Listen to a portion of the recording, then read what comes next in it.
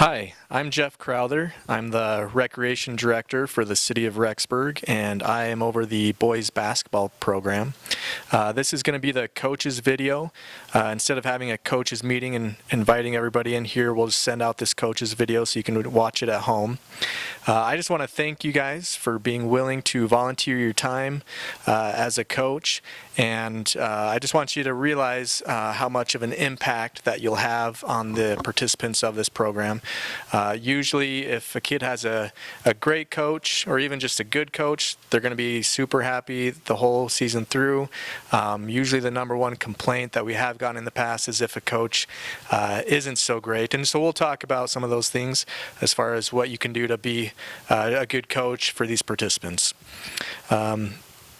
I am definitely here to help you throughout this whole season as far as if you have any questions, if you have any issues with parents, with participants, with the refs, you know, anything and anything, I'm there to help you guys with. So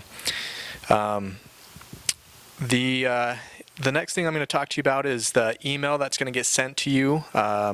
And this email, actually it's this email that you're already opening. So in that email you're going to have your team roster. That roster will have a phone number and email for the kids, and also I believe it'll have their jersey size on there as well. And then you'll also have the jamboree schedule. So for second through third grade, we'll be having a jamboree on Saturday, and that'll start at about 9 a.m. And then we should be done around 2 p.m. in the afternoon. And your team will be will need to show up for one of those games on that schedule. And then the 4th through 7th grade teams will have their jamboree on this Friday, and that'll start at like 5 o'clock, and we should be done by about 9 p.m. with that. And if you're in the first grade, we don't have a jamboree for that. The two main reasons we do a preseason jamboree, it's basically just half of a practice game, and it allows us to see which teams are really good, which teams aren't so good, and we try to schedule them so that they don't play each other very often. And then it's also a practice game for our referees. A lot of them will be brand new referees, and so this is kind of their on-court training that they'll be getting for this first week, so be patient with them. And also in this email you'll have the practice time schedule. Please email me back as soon as possible what time you would like to practice at. It is first come, first serve as far as picking which time for that whole season. So again, just try to get back to me as soon as possible about what time you want to select for your practices. And then the regular season schedule will be sent out to everyone after the jamborees. So the Monday after the preseason jamboree, that'll get sent out. But do plan on having a game on January 18th, which is a Saturday. That's when the first games of the season will start, so plan on that.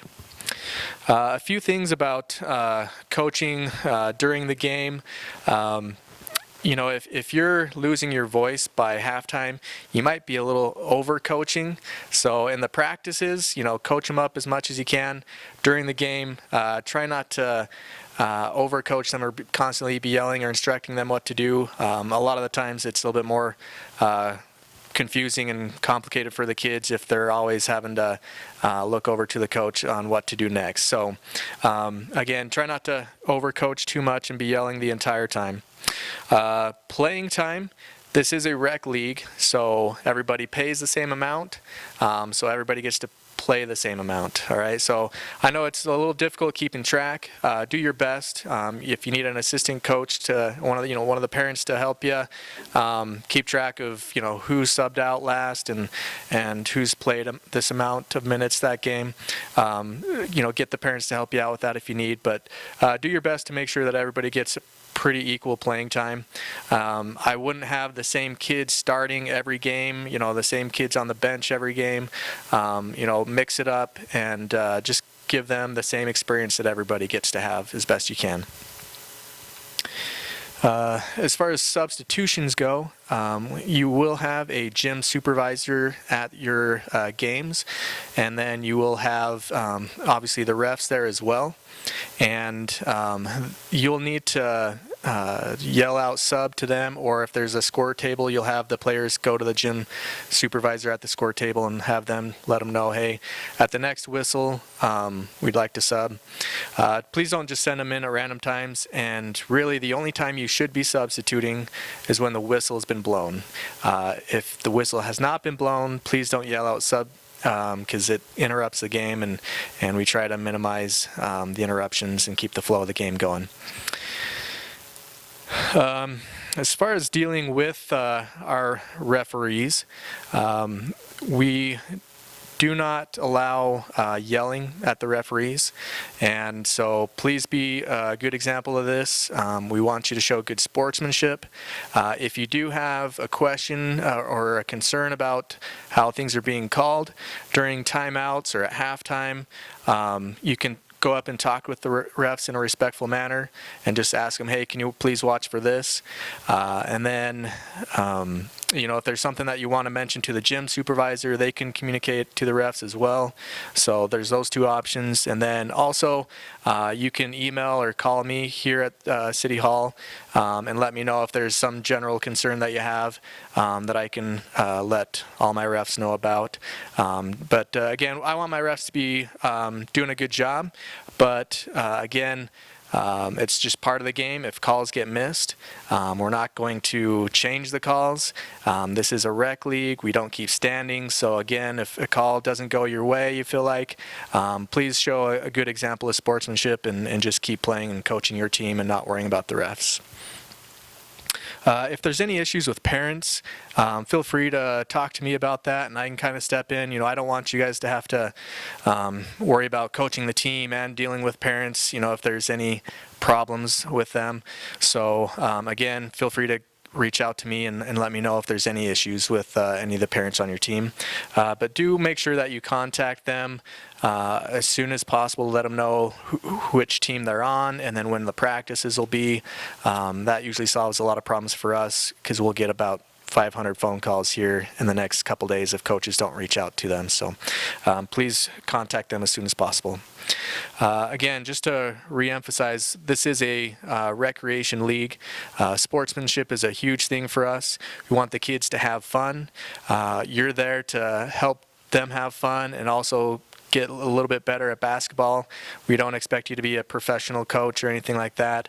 But those are the main two things that we're focusing on, is the kids having fun and then developing skills. Some of those is, just developing teamwork. And by them participating in this league, they're going to learn how to play as a team. And again, make sure if there's any forms of bullying or mocking, that we want to always encourage positivity and just being good teammates. So make sure that there isn't any bullying going on your teams. And then also just kids making new friendships, participating in a healthy lifestyle and this regular exercise within our program. So it's really a great positive impact on these kids, and that's really the main point of why we put on these leagues, so that kids can have fun, they can be living healthy lifestyles and develop new skills. The last thing that I'm going to go over in this video is coach safety. Again, make sure that you're never in a situation that could cause a problem. Never be alone with the kids. Again, if you're there coaching and the whole team's there, that's fine. But if you're just one-on-one in an area where other people can't see you, that's kind of the danger zone. So again, make sure that you're always with the whole team, or not by yourself with one of the kids. And then we really encourage high fives or fist bumps. Those are great. If a kid comes up to you and gives you a hug, that's okay. You don't have to stiff arm them from preventing them from giving you a hug or anything, but just try to encourage high fives and try to not have too much contact with the kids, again, just for your safety. And again, realize I'm a resource for you to help you with this experience. I'm very appreciative of you being willing to volunteer your time as a coach, but do realize this is my program. These kids have paid money to participate in a fun recreational program. If there's a volunteer that's creating a negative impact on their experience, then we will find somebody else to be the volunteer. So we haven't really had any issues with this in the past, and you guys have been great for those of you who have coached in the past. So again, thank you for being willing to volunteer your time, and good luck with your season. Again, if you have any questions, feel free to reach out to me and I'll gladly help you. Thanks.